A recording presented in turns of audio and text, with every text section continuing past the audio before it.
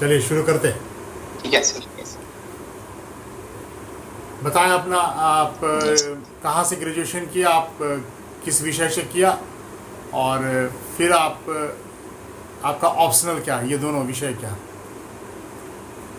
Sir, मैंने 2015 में अपनी ग्रेजुएशन कंप्लीट किया नालंदा कॉलेज ऑफ इंजीनियरिंग से, मैकेनिकल इंजीनियरिंग से। और 2016 से मैं पटना उच्च न्यायालय में सहायक प्रशाखा पदाधिकारी के रूप में कार्यरत अच्छा, हूं। और मेरा ऑप्शनल LSW है, लेबर एंड सोशल वेलफेयर।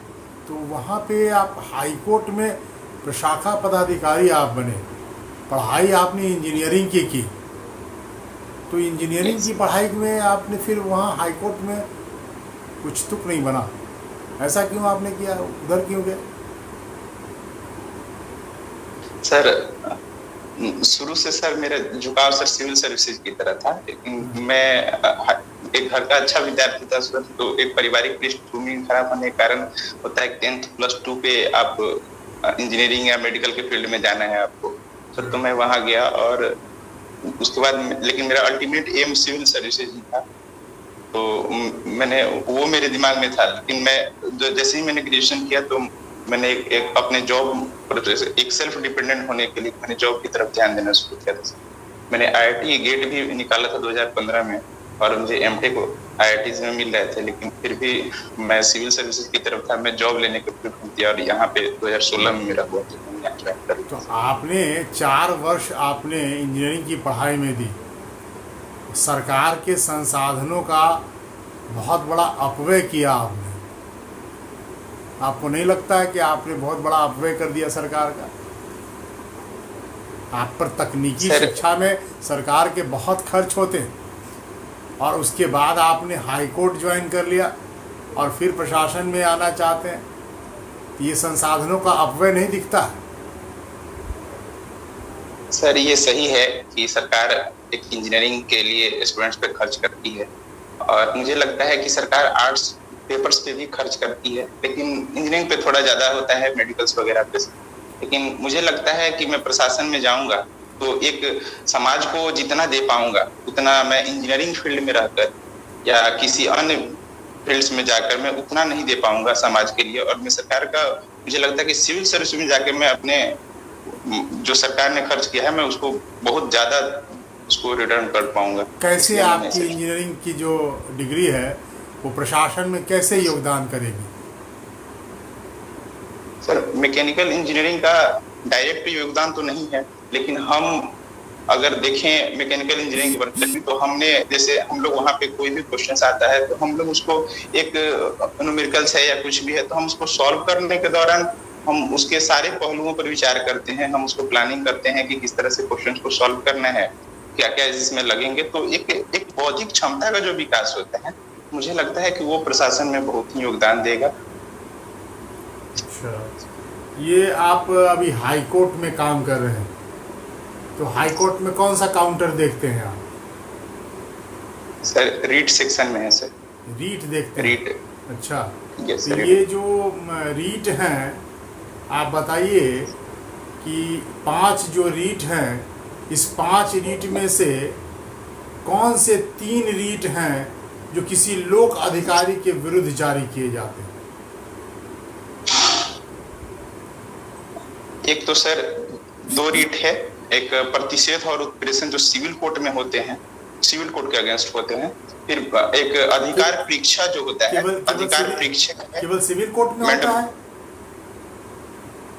उत्प्रेषण और प्रतिषेध सिविल कोर्ट या लोअर कोर्ट्स में के तो लिए जारी आपके होती है। आपके हाई कोर्ट में ना, ये यस, अधिकार केवल हाई कोर्ट को है या सुप्रीम कोर्ट को भी है? सुप्रीम कोर्ट और हाई कोर्ट को दिया दोनों गया को है। अच्छा, चलिए। है। बाकी तीन संविधान में है ऐसा, बाकी सर, कि तीन किसी भी कोर्ट को संस्था चाहे तो दे सकती है, अच्छा, बशर्ते वो हाई कोर्ट और सुप्रीम कोर्ट के अधिकारों का वो कम नहीं करती हो, या एक अच्छा, किस आर्टिकल के तहत है हाई कोर्ट को ये पावर? 226 के तहत है सर। 226 के तहत। अच्छा, एक जैसे मैं अनुमंडल अधिकारी हूँ, ठीक है, यस और मैं जा रहा हूँ अपने अनुमंडल के रास्ते में जा रहा हूँ, लेकिन किसी दूसरे के अनुमंडल से होके गुजर रहा हूँ, और मैंने वहाँ देखा कि एक भीड़ लगी है, मैंने अपनी गाड़ी रोक दी। मैंने पूछा क्या है, तो राशन कार्ड जो है जो सब लोग लिए हुए थे हाथ में, और बोले थे ये सर वितरण नहीं करता है, ये राशन का दुकानदार जो है ये ब्लैक कर देता है। तो मैंने उससे कहा कि सुनो इधर आओ, मैंने हड़काया उसको, क्यों नहीं वितरण कर रहे हो? तो बोला कि एसडीएम साहब जो हैं, मेरे जो क्षेत्र के एसडीएम साहब हैं, उन्होंने अभी सत्यापन नहीं किया है। मैंने कहा कि तुम जो है पिछले बार का सत्यापन करवाया और वितरण नहीं किया। मैंने उसको बहुत डांट फटकार लगाई, और मैंने चूँकि मेरे साथ अब मेरे पुलिस भी थे, साथ में अधिकारी हूँ तो मेरे साथ पुलिस भी थे, मैंने उसको ज़बरदस्ती कहा कि तुम दुकान खोलो, और मैंने वितरण करा दिया। ठीक है बेटा, अब उसको मैंने वितरण करा दिया। अब आप मुझे बताएं कि जब मैंने वितरण करवा दिया, ठीक है, अब वो मेरे विरुद्ध कोर्ट में चला गया, हाई कोर्ट में, और उसने वाद दाखिल कर दिया। तो इसमें हाई कोर्ट कौन सा रीट जारी करेगी?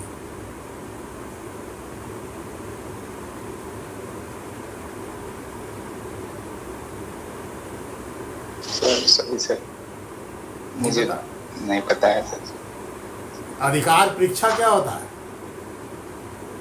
आप किसी से सरकारी अधिकारी से पूछा जाता है कि आप किस हैसियत से किसी पद पे काम कर रहे हैं। अगर वो गलत तरीके से उस पद पे काम करते हैं तो उससे उसकी एक्सप्लेनेशन पूछा जाता है और उसको हटाया जाता है। तो जो सर्कमस्टांसेस मैंने आपको बताया कि मैं किसी दूसरे के अनुमंडल में ये कार्य कर रहा था, तो क्या मुझसे नहीं पूछेगा कोर्ट तो किस अधिकार क्षेत्र से, किस हैसियत से आप वहाँ पे गए थे और आपने वितरण कराया?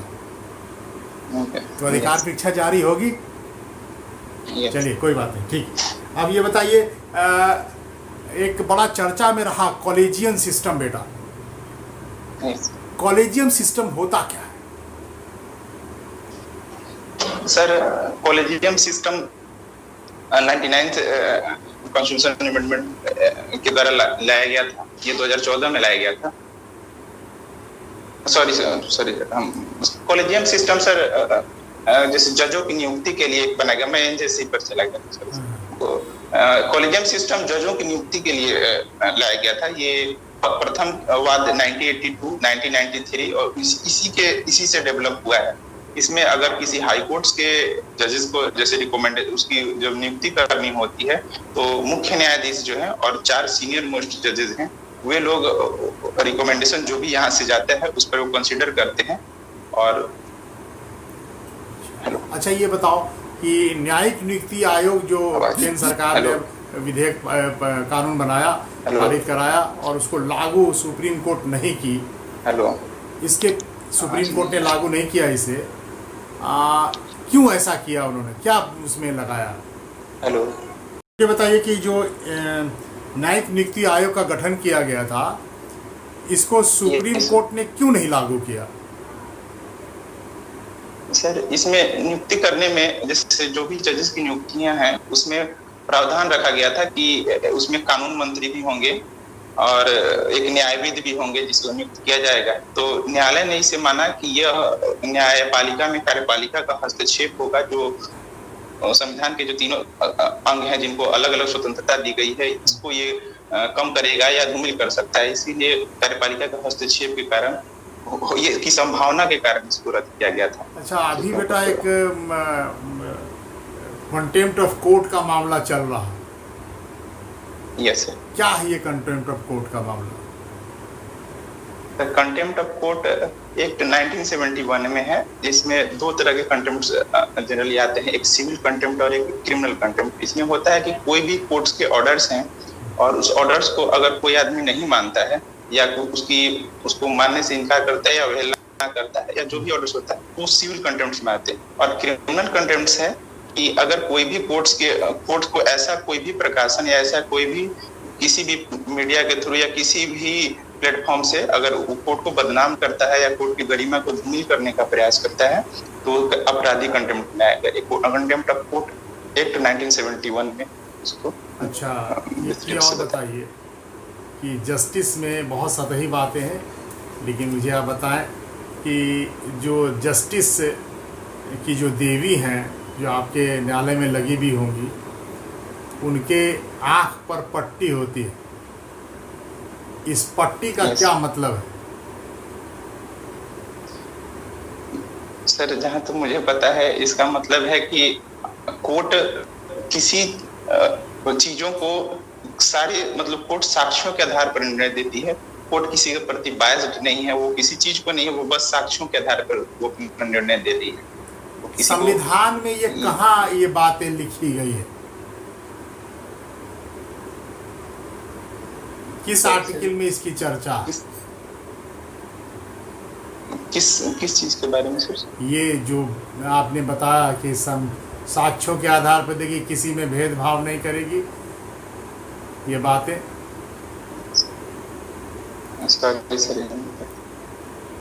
आर्टिकल 14 अभी मुझे विधि के समक्ष समता और विधियों के समान समता, ठीक है, ये डिस्क्राइब करता है।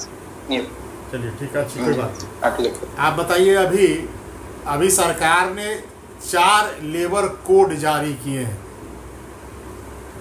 ये लेबर कोड क्या है?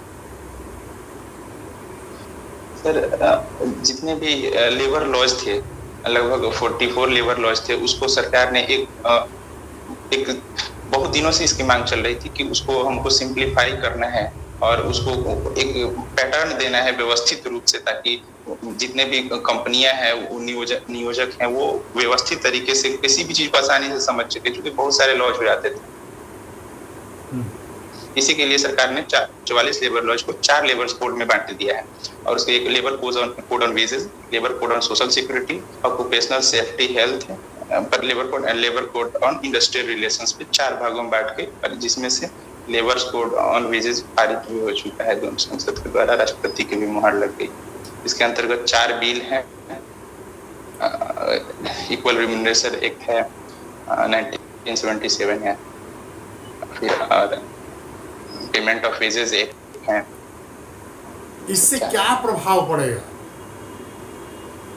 सर? इससे एक जैसे जितनी भी कंपनियां अभी आ रही हैं बाहर से, चाहे चाइनीज से निकल रही हैं, वो वियतनाम जाती हैं, वो थाईलैंड जाती हैं, बांग्लादेश जाती हैं, लेकिन हमारे देश में चूंकि इतने सारे लॉज थे उसके कारण वो यहाँ नहीं आती थी, क्योंकि उन्हें बहुत ज्यादा लॉज को पालन करना पड़ता था। इसके कारण एक सिंप्लीफाई लॉ दिया गया है कि कंपनियों को आसानी होगी, एक जगह उन्हें सारे लॉज के बारे में पता चलेगा और वो एक रेट एपिज्म में नहीं उलझकर एक मतलब रोजगार पर ज्यादा केंद्रित करेंगे, ना कि वो पेपर वर्क पे या उसको।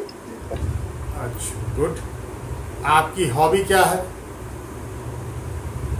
सर मेरे हॉबीज पर सर बहुत ज्यादा तो मैं नहीं कर पाता, लेकिन मैं सुबह में कभी जब भी समय मिलता दौड़ने जाता हूँ और खाली समय में पढ़ते अगर बोर हो जाता हूँ तो नेट सर्फिंग ये यूट्यूब वगैरह पे देखता हूँ, और समय मिलता है तो कभी घूमने गांव वगैरह या वेब सीरीज देखते हैं?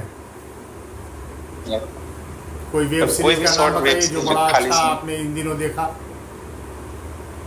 सर मैंने भोकाल देखा है, अभी एक MX प्लेयर पे है सर, उसकी भोकाल मैंने देखी है। एक IPS ऑफिसर नवनीत सीकेरा की। क्या कथ्य था इसका? सर एक IPS ऑफिसर और एक ग्रामीण पृष्ठभूमि से आके और उसके बाद से वो IITs के बाद वो आता है और उसकी जमीन कुछ लोगों द्वारा ले ली जाती है, उसी के वो बनता है और जाता है जहाँ पे उसकी पोस्टिंग होती है, वहाँ पे बहुत ज्यादा क्राइम रहता है, तो उसको खुद ही जाकर हर जगह, चाहे वो गांव में जाकर रूरल एरियाज में जाके अपने जान पे रिस्क लेके वो सारे अपराध को वहां से समाप्त करता है। उसी की कहानी है सर नवनीत सीकेरा की। अच्छा, इसी से लगता है कि आपने प्रभावित होकर के और आपने DSP वगैरह दिया क्या? नहीं सर, ऐसा नहीं है।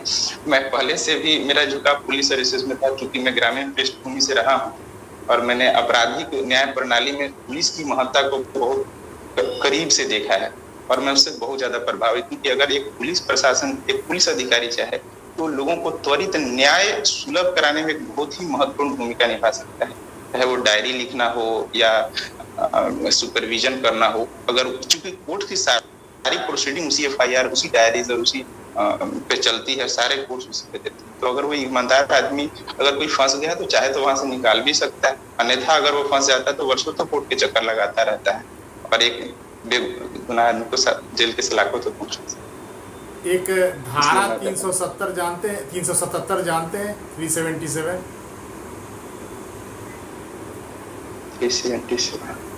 धारा 377 पर बनी एक वेब सीरीज थी, देखा आपने उसको? बहुत चर्चित रहा, made in heaven. Sir sorry sir, made in heaven देखा आपने? नहीं सर, नहीं। धारा 377 जानते हैं? सुप्रीम कोर्ट का ऑर्डर आया, उसको समाप्त कर दिया गया, नहीं पता? व्यभिचार समलैंगिकता का चलिए कोई बात नहीं। अच्छा बताइए, इंडिया की पहली black and white web series कौन है?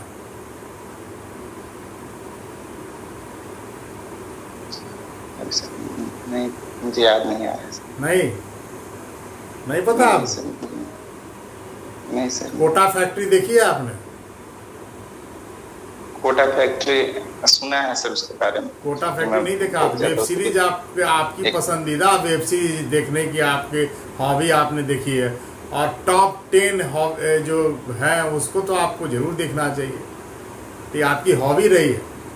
और आपकी हॉबी में आपने लिखा है कि मैं गांव को देखना पसंद करता हूँ, गांव में जाना पसंद करता हूँ। यस। तो एक डीएसपी बन करके आप गांव के प्रॉब्लम्स को सॉल्व करने जाएंगे। आपने अब तक क्या ऑब्जर्व किया कि गांव में क्या कमियां हैं जो मैं डीएसपी बनूंगा तो इसको मैं ठीक करूंगा?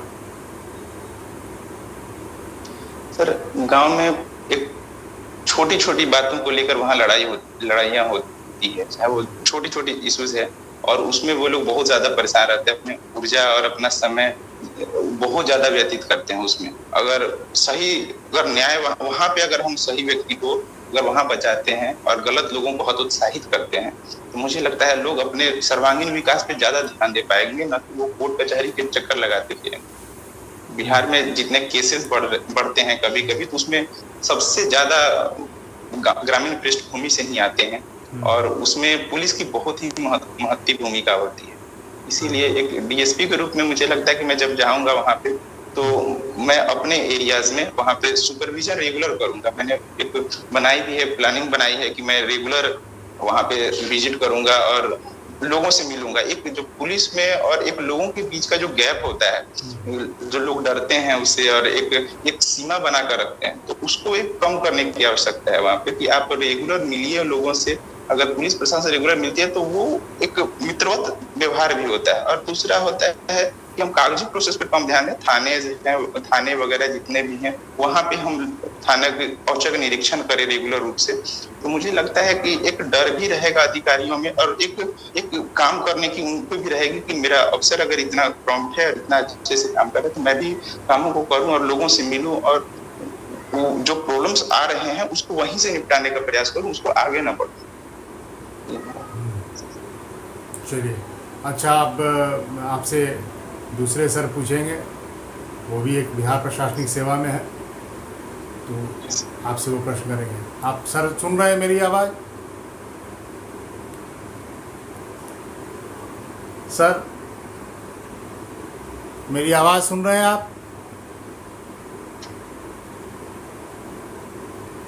लगता है उनका संपर्क टूट गया, ये दिक्कत होती है। चलिए, अच्छा, पेपर पढ़ा है आपने आज आपका? ये सब पढ़ा है। कौन सा पेपर पढ़ते हैं? हिंदुस्तान पढ़ते हैं। हिंदुस्तान के संपादक कौन है बेटे? सर, राष्ट्रीय संपादक शशि शेखर है। शशि शेखर जी। आज का 2 राष्ट्रीय, 2 अंतर्राष्ट्रीय और 2 राजकीय क्या क्या खबर है, जरा बताएं।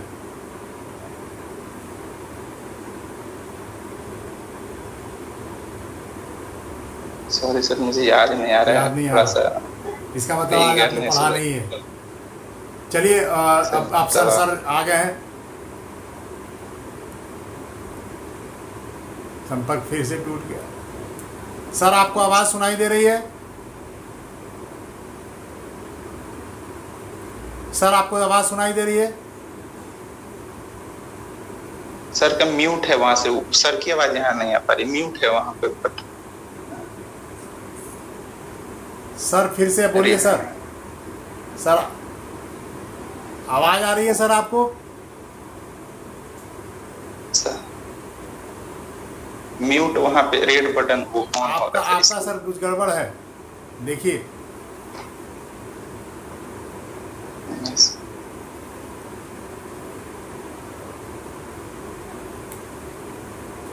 आ रही आवाज, आ रही है?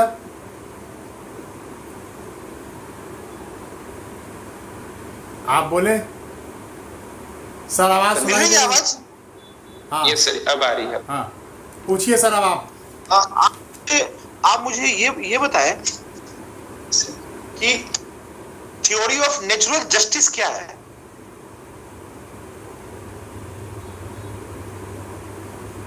सर एक जज अपने, सर हम नहीं याद नहीं आ पा रहा है सर, क्लियर सर है लेकिन पूरा कंप्लीट नहीं याद है।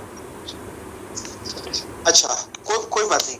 आप मुझे बताइए कि आपने कहा कि वेब सीरीज आपको बहुत पसंद, तो नेटफ्लिक्स का किसने बनाया था? कौन है इसके फाउंडर? Sorry sir. अच्छा, आप चूंकि आप इंजीनियरिंग के वो रहे स्टूडेंट, क्लाउड कंप्यूटिंग क्या है?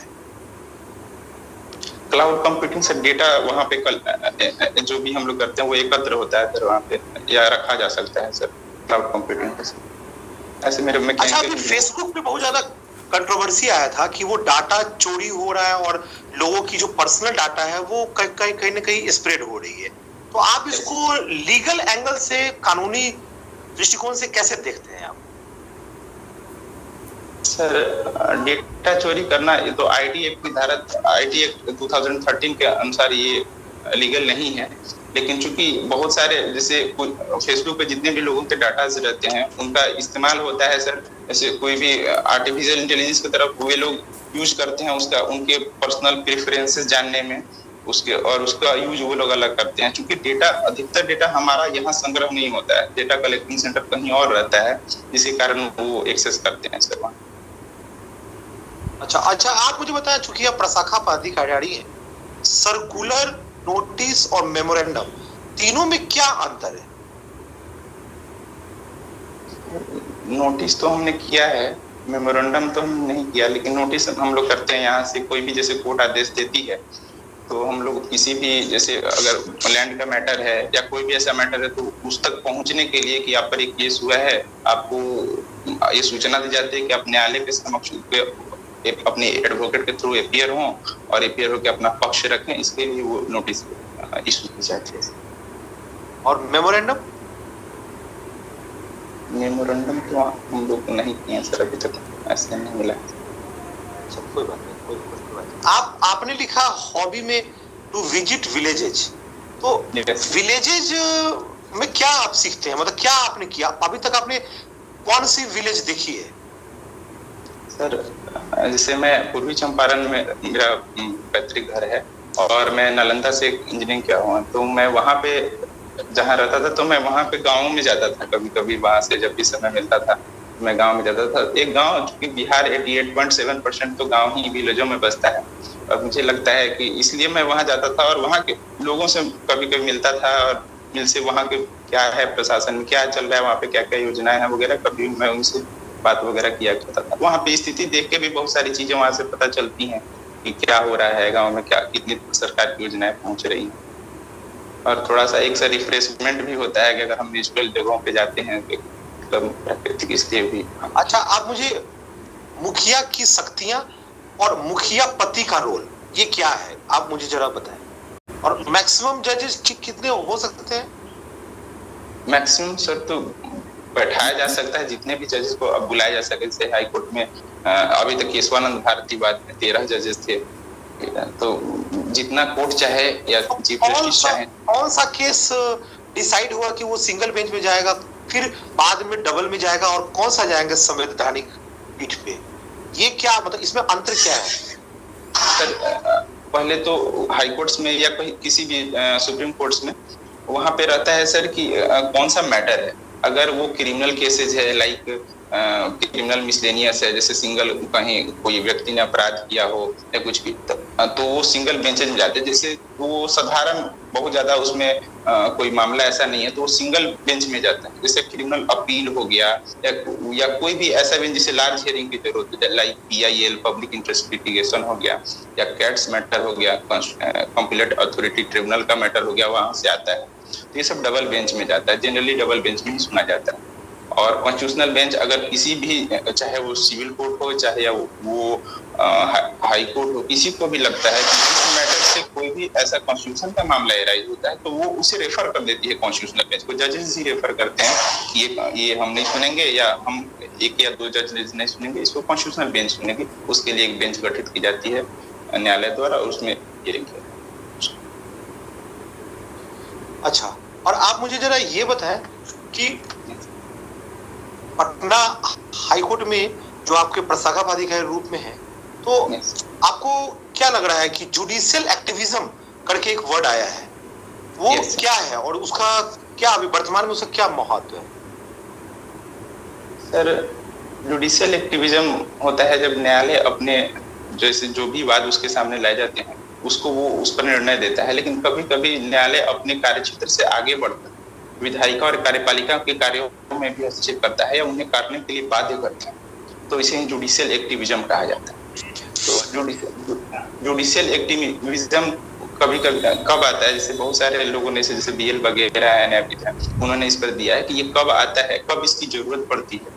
तो इसमें है कि अगर कोई जब विधायिका हंग विधायिका हो या कोई भी विधायिका अपना कार्य सही तरीके से नहीं करे, उसे डर है ऐसे मैटर पे, जब उसको करने से बहुत सारे उसकी वोटेज प्रभावित हो सकते हैं, तो विधायिका वहां पे वो न्यूट्रल हो जाती है, वहां पे आगे नहीं बढ़ना चाहती।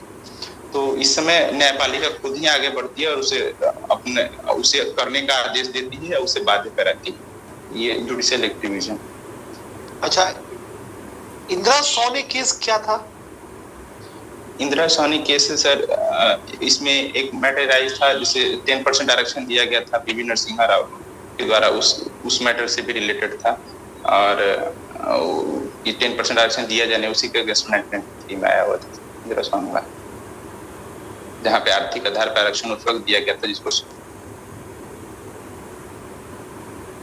अच्छा, और आप मुझे ये बताएं कि डिप्टी SP के रूप में आजकल साइबर क्राइम का बहुत ज्यादा है आजकल, तो साइबर क्राइम में आपको क्या लग रहा है कि साइबर क्राइम में कौन कौन से आते हैं अपराध?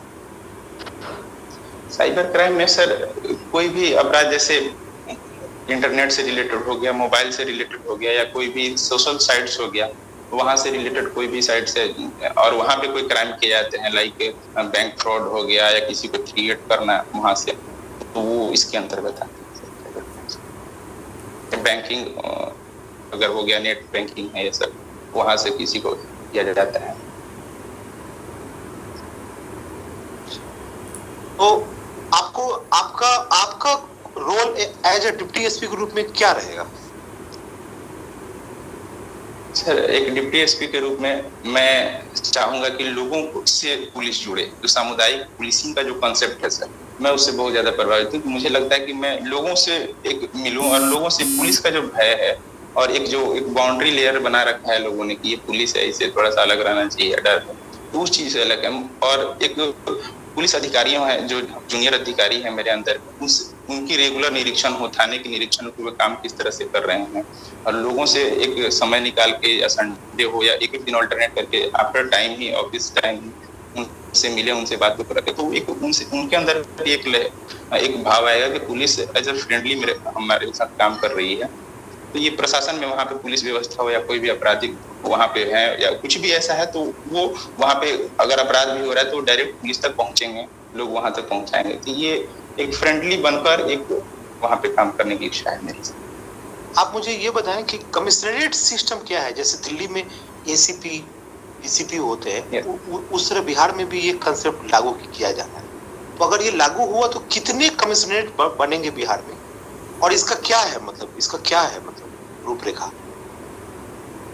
सर ये जनरली बड़े जहाँ पे बहुत ज्यादा आबादी होती है वहाँ पे कमिश्नरी सिस्टम को लागू किया जाता है ताकि अपराध को वहाँ पे कंट्रोल कर सके। जहाँ पे ज्यादा आबादी हो रही है, जैसे लखनऊ में लागू किया गया था कुछ दिन पहले, मुंबई में लागू है, महानगरों में लागू। तो ये जहाँ पे आबादी जहाँ होती है वहाँ पे एक दायरा बढ़ाया जाता है कि यहाँ पे पुलिसिंग का थोड़ा सा हो, और एक कमिश्नर हो वहाँ पे। बहुत ज्यादा सर देखते हैं मुझे इस बारे में अभी उनको स्पेशल पावर कमिश्नरेट सिस्टम में क्या है जो आज के डिप्टी एसपी और उस समय का एसीपी में क्या पावर का चेंज बनेगा? मतलब सर ये मैंने पढ़ा है लेकिन बोलना कमिश्नरेट सिस्टम मैंने पढ़ा है। अभिषेक जी कोई बात नहीं, थोड़ा अपना वीडियो पहले ऑन करिए, वीडियो म्यूट है। मेरा वीडियो ऑन ऑफ है, नहीं आ रहा।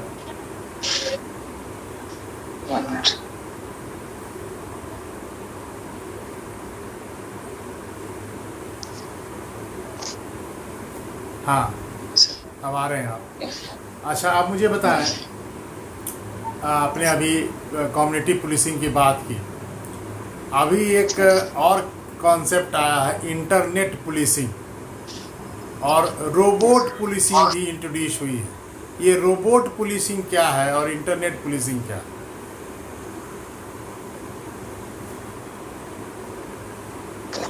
ये तो मुझे नहीं पता। इंटरनेट पुलिसिंग के बारे में मैं थोड़ा बहुत मैंने सुना था, बेंगलुरु में जब क्राइम हो रहे थे, ये अभी राइट्स हुआ कुछ दिन पहले, तो वहाँ पे एक पुणे में ये बनाया हुआ है इंटरनेट पुलिसिंग के बारे में। पुणे पुलिस इसके सबसे पहले बनाई हुई है। इंटरनेट से जितने जो भी क्राइम हो रहे हैं, जैसे कि बेंगलुरु में एक नेता के पीए ने एक पोस्ट कर दिया, इसके खिलाफ वो अपराध होने लगे। वहाँ पे उनके पास लोग घेर लिए, तो थाना को उसने घेर लिया उन्होंने, और काफी क्षति पहुंचाई। तो यहाँ से क्राइम आ रहा था कि उसको मॉनिटर किया जाए रेगुलर, और यह भी पुणे में इसका है संस्थान है, इसे देखा जाता है। लेकिन पूरे भारत में भी इस तरह का नहीं है कुछ भी। और ये रोबोट पुलिसिंग कहाँ इंट्रोड्यूस हुई है? भारत में रोबोट पुलिसिंग कहाँ इंट्रोड्यूस हुई? निकल गया तो छोटा नाम सुना है? नहीं मैंने पढ़ा इसके बारे में। चलिए आपका मैं साक्षात्कार समाप्त करते हैं। आप पूछना है कुछ? सर पूछना है क्या आपको? हाँ, कांस्टेबल का क्या है रोल? सही सर, टर्म आया बीट कांस्टेबल, वो क्या होता है? कांस्टेबल सॉरी सर नहीं पता। अच्छा, आपको अभी लग रहा है कि जैसे कि अभी जो डीजीपी बिहार के हैं, उनका स्टेटमेंट आया था कि रिया चक्रवर्ती को औकात नहीं है कि सीएम तक, तो आप इसको कैसे देख रहे हैं? As a DGP, head of the police organisation, उन्होंने ये कमेंट फेसबुक पे दे दिया, मीडिया में बहुत ज्यादा चला, तो एज ए पुलिस ऑफिसर आप उसको कैसे देखते हैं? सर उन्होंने ये कहा था, शायद भावेश ने कहा हो, लेकिन उन्होंने उसके बाद तुरंत माफी भी मांगी थी।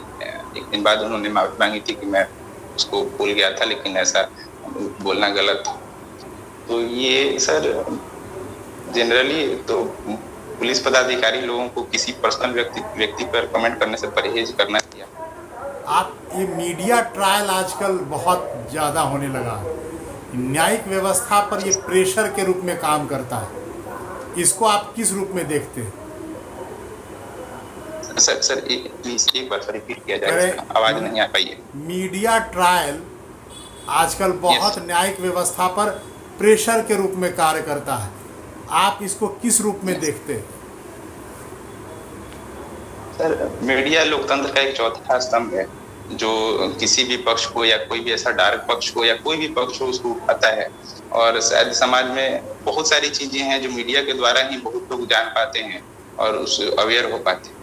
तो वो न्यायिक व्यवस्था पे उसने दबाव बनाया है किसी चीज पे, क्योंकि वो जो भी चीजें उजागर करता है तो सारे लोगों का ध्यान जाता है, और न्यायपालिका उसके तरफ फिर वो भी देखती है उन पर, चूंकि वो एक लोगों की बात हो जाती है, लोग जुड़ जाते हैं, तब उस पर एक काम करने का दबाव बन जाता है। जैसे अभी इसमें रिया चक्रवर्ती मामले में सुप्रीम कोर्ट ने भी जजमेंट देते वक्त उसने कहा कि लोगों की भावनाएं बहुत ज्यादा जुड़ी हुई हैं इससे, मीडिया में इतना ये चीजें आई हुई, तो एक दबाव बनाता है। लेकिन ऐसे नहीं है, न्यायपालिका कार्य कर रही है। हालांकि ये कभी कभी मतलब उसको तुरंत करने के लिए उसको बाध्य होना पड़ता है, क्योंकि बहुत सारे लोगों की अपेक्षाएं जुड़ जाती हैं उससे, लोग उनसे देखने लगते हैं। तो ये दबाव तो क्रिएट करता है, लेकिन अत्यधिक दबाव कभी क्रिएट नहीं करता, क्योंकि न्यायपालिका अपने अनुसार से सोचता है और काम करता है। जांच का काम तो पुलिस का है, पुलिस स्टेशन का है काम। एफआईआर वहां लॉन्च होती है, इन्वेस्टिगेशन होता है, जांच होता है। मीडिया अगर कहेगी कि ये काला जादू से सुशांत सिंह राजपूत की हुई डेथ, तो इसको कैसे देखते हैं आप? क्या मीडिया जिसको कहेगी सही, वो सही माना जाए? मतलब आप बोल रहे हैं कि अत्यधिक दबाव था, तो सर ये तो सुप्रीम कोर्ट ने अपने ऑर्डर में इस चीज को इंसाइट किया हुआ है कि बहुत ज्यादा लोगों की अपेक्षाएं जुड़ी हैं, लेकिन मीडिया एक स्तंभ के रूप में काम करे, वो लोगों की जानकारियां जुटा रही हैं, उसको रख रही हैं, तो ये बुरा नहीं है। लेकिन बहुत ज्यादा झुकाव हो जाना, जरूरत से ज्यादा झुकाव होना किसी चीज के प्रति, तो वो थोड़ा सा ज्यादा हो जाता है। हालांकि इसके बहुत बुद्धिजीवी ने इसके बुराई भी की है। मुझे ये लग रहा है कि मीडिया जो है वो कहीं ना कहीं कार्यपालिका के दबाव में आकर इस प्रकार के कार्य करती है, ताकि किसी दूसरे मुद्दे से उसको भटकाया जा सके। जैसे अभी कोविड की जो आप देखिए रेट, तो भारत की जो रेटिंग है कोविड में वृद्धि की, वो विश्व में सबसे ज़्यादा तीव्र गति से है। और अब आप देख रहे हैं सुबह से शाम तक मीडिया सिर्फ रिया चक्रवर्ती और सुशांत वाले मैटर को ही दिखाती रहती है। तो ये दिखाना कहीं मीडिया का दबाव, कहीं कार्यपालिका को खुश करने के लिए तो नहीं। आप इसको किस रूप में देखते हैं? मीडिया ऐसा नहीं है कार्यपालिका के दबाव में कार्य करती है, क्योंकि मीडिया में बहुत सारे लोग ऐसे भी हैं जो उसका सारी चीजों को रखते हैं, कोविड पर भी चैनल को भी लाते हैं, उसको भी दिखाते हैं, लेकिन उन्हें कभी कभी होता है कि जो चीजें जनभावना से ज्यादा जुड़ी होती हैं, लोग उसकी न्यूज को ज्यादा प्रेफर करते हैं, तो वो उनको ज्यादा दिखाते हैं कि लोग इससे ज्यादा जुड़े हुए हैं। लेकिन ऐसा नहीं है कि वो दिखाते ही नहीं है कोविड के बारे में, उसके बारे में भी वो अपना पक्ष रखते हैं और बताते हैं। कोविड में, भारत में कोविड है वृद्धि इसलिए है क्योंकि यहाँ जनसंख्या बहुत ज्यादा है, और ऐसा हम लोग रिकवर भी बहुत तीव्र रेट से कर रहे हैं। जैसे तमिलनाडु में 90% है, हमारे बिहार में कल की न्यूज आई थी कि 85% के करीब रिकवरी रेट हो रही है। तो ऐसा नहीं है कि ध्यान भटकाया जा रहा है। हाँ, ये कहा जा सकता है कि लोगों की जनभावनाएं जहाँ जिधर भावनाएं जुड़ी रहती हैं उधर लोग दिखाने का प्रयास करते हैं, लोग उसको ज्यादा सुनना पसंद करते हैं, क्योंकि लोग भी ज्यादा देख रहे हैं उस चीज को, इसीलिए वो दिखा भी रहे हैं उसको। अच्छा, मॉब लिंचिंग, हेट स्पीच, ठीक है, दो टर्म आया, ये इसको कैसे देखते हैं आप? मॉब लिंचिंग होता है बिना, जैसे कहीं पे भी हो रही है और कहीं भी कोई भी ऐसा अफवाह उड़ा और उसके चलते किसी भी व्यक्ति को, किसी भी एक समुदाय को टारगेट करके, किसी व्यक्ति को टारगेट करके बिना उसकी गलती को जांचे परखे और उस पे उसको मारना या उसकी हत्या तक भी हो जाती है, ये मॉब लिंचिंग है। सुप्रीम कोर्ट ने ये कानून के दृष्टिकोण से सही है? त्वरित न्याय तो इसमें मिल रहा है सर। त्वरित न्याय कभी भी सर, अगर उसको हेस्ट में दिया जाए, बिना पहलुओं पे जांच किए दिया जाए, तो न्याय नहीं है। और किसी को मारना न्याय नहीं है। हम वो न्यायालय का अधिकार है कि वो उसको किस तरह से उसको ट्रायल करेगी, उसको देखेगी, हर चीज पर पहल करेगी। हम किसी को मारने का अधिकार किसी को नहीं देते, ये न्याय नहीं होता। और सरकार ने तेलंगाना में रेप विक्टिम जो थे, रेपिस्ट जो थे, उनको पुलिस इनकाउंटर दिखा के मारती है, और विकास दुबे यूपी में इनकाउंटर पे। तो आपको क्या लग रहा है कि ये जो इनकाउंटर वर्ड है जो यूज किया गया विकास दुबे प्रकरण में, तेलंगाना में रेप, तो आपको क्या लग रहा है इसमें तो त्वरित मिला? सर, पुलिस का कार्य है अपराधियों को पकड़ना और उसको न्यायालय तक लाना, न्यायालय उस पर विचार करेगी। सुप्रीम कोर्ट का एक जजमेंट है सर 2007 का, जिस सुप्रीम कोर्ट ने एक मॉन्टेग्यू किताब है द स्पिरिट ऑफ लॉ, उसका उदाहरण दिया है कि अगर एक विधायिका, कार्यपालिका और न्यायपालिका, कोई भी स्तंभ है, वो अगर एक दूसरे के कार्य में हस्तक्षेप करते हैं तो एक सिस्टम ही पूरा कोलैप्स कर जाता है। तो कोई भी हो, उसको अपना संयम बरतना चाहिए कि कोई भी है। अगर जैसा कुछ लोगों ने कहा कि ये विकास दुबे एनकाउंटर केस को आप आप राइट मानते हैं या रॉन्ग मानते हैं?